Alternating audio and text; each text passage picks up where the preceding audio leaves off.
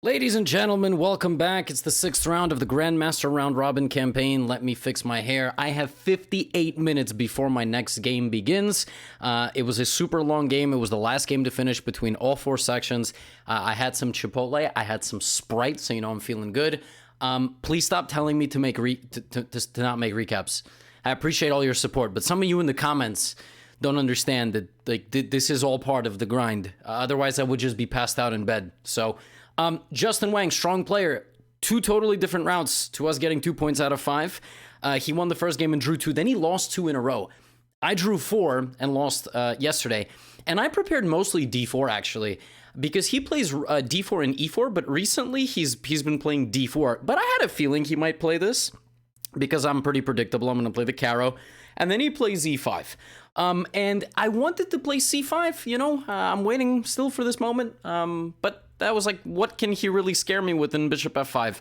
I saw prior to this game that, okay, he has some h4. I was ready to play some prep. Of course, I played this against Joshua Sheng in the second round, so this is not really surprising that he goes into this. And then he goes knight d2, and he plays knight b3. And this system, I don't know what he had in mind. He could have been thinking that we were going to get like this position, which I have played. I have in the database. I actually played this in Las Vegas, and you play like g5, bishop g7. And perhaps he decided to do this move order instead of playing knight f3, bishop e2, because he saw that against Joshua Sheng. I didn't play that. I played something else. So I started thinking, I was like, okay, how can I get out of his preparation? And I came up with knight e7 and knight g6. Now, in the past, I've played this version of this against the short variation, knight e7, castles, and knight g6, mostly in blitz and like knight d7 and a quick f6 push. Now, so I was trying to compare the 2 variations, and I was like, all right, so what can he do besides bishop e2 or bishop d3? Not much. I mean, maybe he can play h4, but I highly doubt that he's going to do that. And then he did that, and I was like, oh, okay, well, I guess we're going for original territory. He's not going bishop e2. Now, I played h5, because if I play h6, the truth is that he just goes here, I have to go back, and he just gains unnecessary amounts of space. I felt like no need to give him this, so I played h5. He thought for a while, he played bishop d3. I didn't think it was too complex of a decision to trade bishops, and now, of course, the queen has my knight in the line of sight. So knight g5, knight takes e6 is possible. If I take, then I would lose this.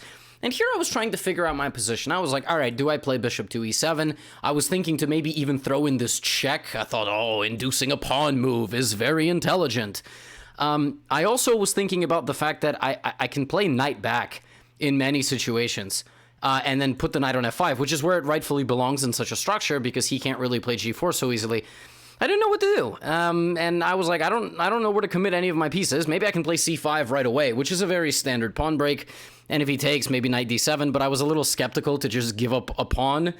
Although computer thinks I'm winning it back, I felt a little bit odd to like stretch my position so thin. So I played a5, and I actually thought that he had to play a4. I thought we were going to get a mutual crab, so a5, a5, h5, a4, h4, and we would play the position like kind of in a little in this barrier, you know, like this would have been very funny. I just thought he had to go for this, otherwise I would just play a4. He decided to go with knight to g5, threatening knight e6, and I didn't even think for a second here, and computer is telling me it thinks that I can just protect like this and keep my knight here. And I guess the engine likes this because I will really push for c5, and I will try to take on e5 and dislodge the center. So I suppose that's what it thinks. I decided to play knight e7 and then just put my knight on f5. And the interesting thing about this position, so memorize this position real quick. It's white's move here. Look at what can happen if we took a different approach. So d4, d5, bishop f5, h4, h5, right? This is kind of what the opening looks like. And then we get to this position, and it's like almost the same exact thing, except my opponent has 1, 2, and 3 moves. So he's moved actually 3 more times in the game that we are playing, which is pretty funny. You see, like this is kind of the position, but if we jump to the way the game looks after a5, like I have kind of a similar situation when my knight ends up getting to f5. So it's like he got like 2 or 3 more moves the way we play this because my knight was jumping around, but this is not the optimal setup for the opponent. Like c3, knight b3 just doesn't make any sense. Actually, when he played c3, I was like, what is he doing? Is he trying to play connect 4? I was like, okay, he won Connect 4, but he's not going to win the chess game. I was like, what is he doing? The move is so strange. You don't need it. I get what he's doing. He's trying to support the center, but it's kind of a waste of time. It's not really clear like how he's playing here. Then he played bishop f4, and here I spent quite a bit of time because I couldn't figure out if I wanted to play bishop e7 first and then queen b6. Bishop e7 forces this move, because if he doesn't play that, like, I don't know, then I would take. So that would be very embarrassing. He would just lose a pawn. He, of course, would not blunder this. And I was like, I don't know who I'm helping by making him play g3. I'm like, am I helping myself because I'm developing? Am I helping him because he wants to play this move anyway? Now everything's protected. I don't know. So I ended up just going over here, and the threat is pretty obvious. He has not played a4. Now he cannot play a4 because the knight would hang, because he also disconnected the queen from the knight. So I was like, okay, I'm going to go a4. We're chilling. Everything is good. And I was like, he definitely shouldn't do this, for example. He shouldn't castle into this, because then I'm just going to storm him on the side of the board. Knight d7, c5, bam, bam, bam. So he played rook b1. And oh my god, I spent so much time here. I had 58 minutes when he played this move, and he had about 41, 42, 40, like 42 minutes when he played the move rook to b1. I spent like 20 minutes. This is everything I was calculating. I was like, do I go a4 here? Like, do I just play this move anyway? Force his knight like bag and just start pushing. And I was like, well, he's going to go here. He's obviously not going to take. And then I was like, wait a second, what if he does take? Like, what if he does take? And like, okay, f2 is hanging, great, but what if he just castles? I'm like, if I just develop, he's going to play some b4 move. And all of a sudden, I'm like, wait a minute, he's attacking me. En passant, he's attacking me. I don't really like that. What am I doing here? I don't know. I calculated a4 for a long time. I was like, I don't, why am I opening that file? His rook is there. I'm like, all right, I don't really like a4. Let's think of something else. How about queen b5? It's very standard to trade queens on this diagonal in these kinds of structures. But I was like, what if I double my b-pawns? Look at that. That's so interesting. He can't push. And now the rest of this game, or like, let's say he just goes knight d2. I was like, the rest of this game, I have a stronghold. I'm going to slowly build up over here. I'm going to push my pawn. He can't really move because his center is in trouble. Maybe he's going to rotate and try to trade my knight, and then I'll play like knight c6. I couldn't tell how good my position was, or if it was even good at all. I just couldn't figure it out. I was like, he's going to trade my really good knight. Like, now what? The engine's not shook. It's like, take it, stupid. Just take it. What's the problem? Bishop e7. Black is better. Yeah, you know, I saw this. I saw like 6-7 moves in the future. I was like, I don't know. Queen b5 looks okay. Queen a6 looks okay. I have like 5 or 6 candidate moves. So naturally, I chose one of them, knight to d7, which is just a flexible move. I couldn't tell if I wanted to play c5 and put my knight on c6. I couldn't figure this out for the life of me. I played this move.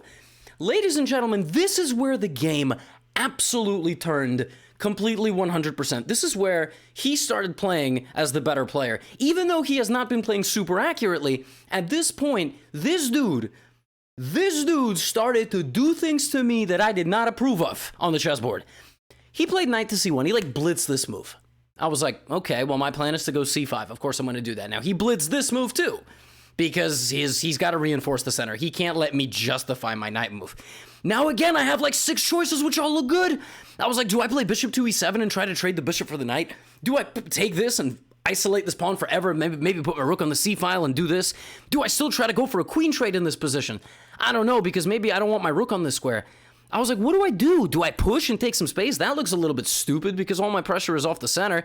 I don't know. I have like 4 options that look good, and he's blitzing now. He's gaining a time advantage, and I'm like, all right, I got to do something. So, of course, I do nothing, and I keep thinking, and finally I'm like, oh, you know what? Boom, boom. I throw in this check. This check is really smart. It's going to dislodge his coordination, and he slides over. It's not a move I didn't expect. His king is completely safe, and now he's got a regrouping idea. Pawn to g3 stabilizing, and king to g2. His king just chills over there. My bishop's good, but hits nothing. I'm like, damn it. Do I trade queens? I'm like, you know what? Screw it. He goes here. I was like, oh my god, I didn't even think about that move. He doesn't want a queen trade, but my queen is so strong now. What is he doing?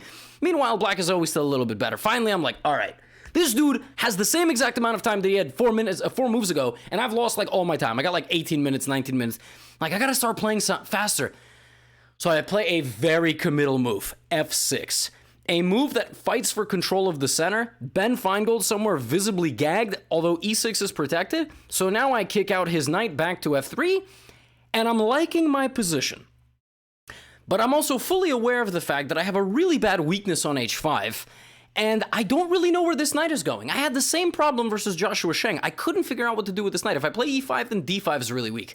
And once the king gets out of the pin, what exactly is my queen doing? All the while, I'm losing more and more on the clock time because he's just blitzing every move. So I'm like, all right, rook to c8, gotta take the open file. He continues with his plan of g3. I play king f7. Gotta connect my rooks, my king is pretty safe. Here he plays a3. I'm like, you know what? I don't really want to let his knight get here after he unpins himself, so I'm not gonna do that. I'm gonna keep this on the board because I don't really know what he wants to do with this bishop. That was good. That was actually very smart because he has no real good bishop move. Like, okay, he goes king g2. I don't really know what to do. I play knight f8 because this is the way I'm going to make my knight useful by putting it on g6 and potentially trading off some pieces. I can trade the knight for the bishop, then I can trade the next piece. This is still weak, but, you know, this is weak also in the endgame. Okay, he brings the bishop back because he doesn't want to get hit with my knight. I slide my bishop forward now. He goes here. I go rook g8. I have maybe 10 minutes, 9 minutes, I don't know, maybe less. He comes back. And at this point, obviously, the move that you play is bishop e7. But it felt psychologically weird. I'm like, what am I doing? I'm just moving out of the way, like, And I'm letting him reactivate. I'm like, there's got to be something better, like maybe this. And then when he takes, you know, maybe queen d6. But I'm like, what is this knight even doing? I'm threatening some awkward stuff on the king. The king is just going to move out of the way. What is this knight even doing? I mean, do I go here? Then knight f4 comes in and I lose. And if I don't do that, I don't know. Your time is... And the guy is still playing every move instantly. I'm trying to keep my cool, and I don't. Here I see a tactical continuation, which I saw several moves prior. It's an in-between move. I don't just take back, and he caught me here. So knight takes h4. I thought it was very clever. Takes here, and now he plays king h3. And he has to play that because he unpins himself, and I have to play this move, because if I just take the bishop, he takes, and somehow he's completely safe. And I was like, yo, knight f3 is really nice, because now he's going to move his bishop, I'm going to take his rook, and we're going to play this position. And here I thought I had good chances. I was going to activate my queen, and then he played this move, which I just completely did not see from a distance. Beautiful move. Almost wins the game on the spot, and basically I can't take... because through my knight, he takes the pawn, and it's just mate. It's mate in two. And yeah, I mean, when he played bishop f4, I saw that continuation, but I completely missed that knight f4 goes knight and pawn, and it, you know. And so when he played it, he jumped out of his seat, basically. But here I also saw that I had another idea. I don't have to take... I can check him here and defend this, and then I will come and take the bishop. Now, mind you, this is the only way to not lose, and I've got maybe 2 minutes on the clock at this point, and he has 35. He's got 35 minutes on the clock. We have equal material, but my king is being viciously hunted in the center of the board because his strategy completely paid off. He had a slightly worse position, but a couple of solid moves that he could make, and I had too many plans to choose from. And yeah, you know, it's the perfect example of playing a stronger player for me. Like, I need more games like this to just confidently approach the middle game, but okay. I mean, it's life. What are you gonna do? I'm getting outplayed by a player who is stronger than me, even though he looks like he's like 8 years old. Sorry, Justin. I think Justin's like 16, but he he looks tiny, and he's just sitting there blitzing all these moves. I'm like, dude, can you chill out? Like, relax. I'm not. Take a deep breath. You got 35 minutes on the clock. He plays rook c1. That's got to be the best move. Does the computer think so? Yeah, well, it's all really scary because, you know, you would think I want to trade, but you never want your opponent to just own the open file, and he's just threatening to come in on 3 sides, down the middle on the queen side and on the... So at this point, I got a minute on the clock. I'm like, I'm going to be solid. He goes here. I don't know what to do. Do I take with the pawn or the queen? They both look pretty reasonable. If I take with the pawn, it might be weak on the c file. If I take with the queen, I don't know. I take with the queen. I got like a minute on the clock. It doesn't matter. He thinks for some time he plays rook e3. I'm like, all right, obviously he wants to play rook c3. I don't really know what to do. So I play the top engine move with no time on my clock. King to d6. Somehow moving the king to the attack is the best move. It's the best move because now I'm unpinned. I've also got a cleared out 7th rank, so I'm not really in any danger of getting checked, and I am threatening to trade queens. So if we trade queens in this position, like just to show you like something like this, I'm not worse. The only reason I'm worse here is because my king is so weak and the most powerful piece on the board is the queen, and it's right over there. So he goes queen g4. I've got like, you know, I got to make a move. I'm going to lose on time. So I have a queen e8. Queen e8, gotta guard my rook. Now, queen e8 was an inaccuracy, but I got no time, so I'm not really mad about it. And, you know, he 100% should have gone here. I have no idea why he didn't play this move, because if I push my pawns forward, he can just go and, like, get them. Yeah, the engine tries to give some counterplay, but, again, it understands nothing about chess. And then he went here, and I was like, what? I can activate my knight now. And if he checks me, I'm actually disconnecting the rook, and I'm actually fine. Not only am I fine, if he like messes around for a little bit longer, I'm gonna go create my own attack. Somehow, despite my king being completely in the center with 1 minute on the clock versus 30, I'm creating counterplay. So he goes here. I'm like, all right, I don't know what to do. I'm gonna lose. So rook h8. At this point, obviously, the whole time I'm like, I'm gonna lose the game. I mean, I've got a minute versus 30 minutes. You know, I'm obviously trying to play my best, and I'm hoping I don't lose, but I'm like, you know, I'm preparing myself mentally.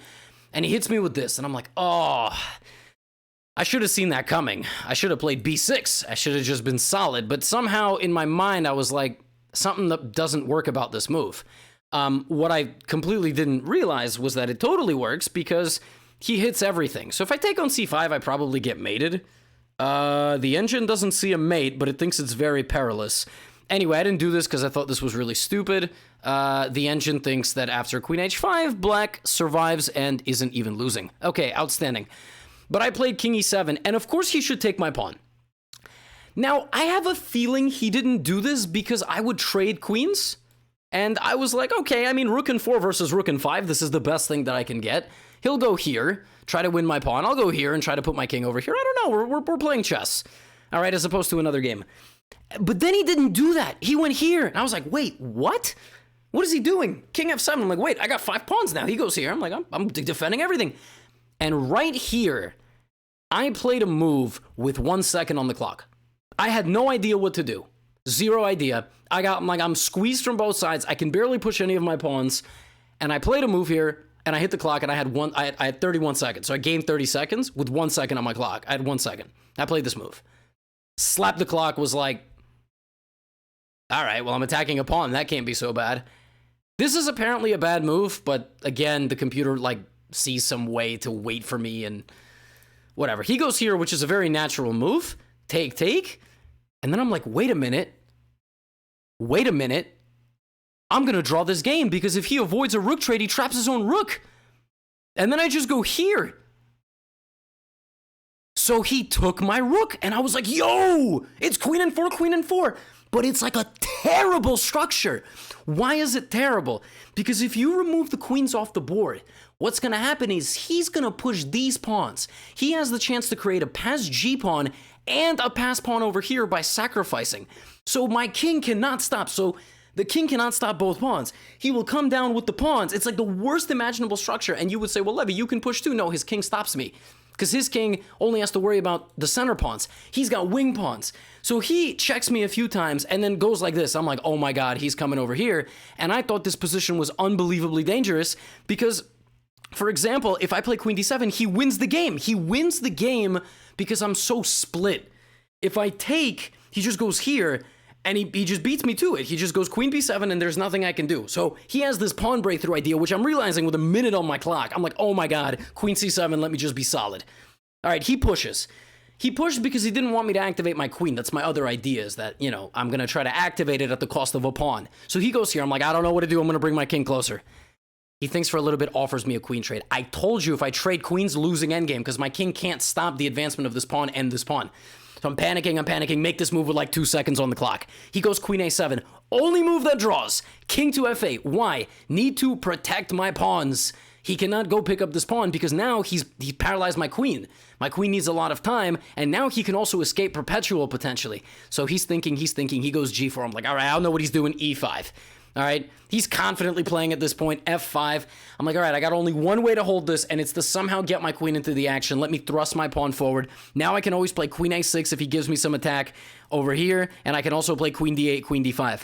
Plays king f2, very sophisticated move because now this is not a check. I'm like, all right, I got nothing else. I got to play queen to d8. He throws the queen over here. I throw the queen forward. Now, at this point, he's got to win my pawn, and he's got to win it with check. So, for example, when he goes here, if I stay protecting my pawn like this, then he checks me, and then he wins my pawn, and this is bad because I don't have perpetual check. What happens is, geometrically, he escapes. He just escapes. Now, even if I find a way to keep checking him, he's just going to run out to h4. And then it dawned on me. That I don't have to save my pawn. I can go here, and when he takes, I don't need to check him. I can slide to e4. And I was like, yo, he's in a box. There's nothing he can do. Now, he can go to h6 and cover some of these checks, but it's unbelievably tricky. So I'm sitting there going like, how does he possibly save this position? There's nothing he can do. I was like, if he runs for it, I just go queen e1. He can't escape. He just, and then apparently he can. Apparently he can escape and go to g5 and then go to g6. There was a way he could escape. But by this point, he's got like 2 minutes on the clock. He's also in like small panic mode. So he goes check, I slide over. He can come down, but it doesn't help. It's perpetual. So what he does is not patrolling me like this. He gives me a check, and then he makes a run for it. And what he failed to realize here is that I have queen e1. So the difference, like over here, I think the engine here was saying king g3, queen e1, like something like this, king h2. Yeah, you see, this is not possible. That's not possible. The difference with the way he did it in the game was that now, if he had gone to h2, I have queen h4. That is the difference. If I mess this up and let him run away, it's a draw. But he got low on time himself and blundered into a box, and it's a draw. And we drew after repeating moves. I held this game 1 minute versus 40 on the clock. He really outplayed me. Not necessarily by position, but by time management, which flowed into the quality of moves ultimately down the line, and he got his opportunity to win. And I just clutched it out. And now I'm going to rest, prep, and see you all for round number 7.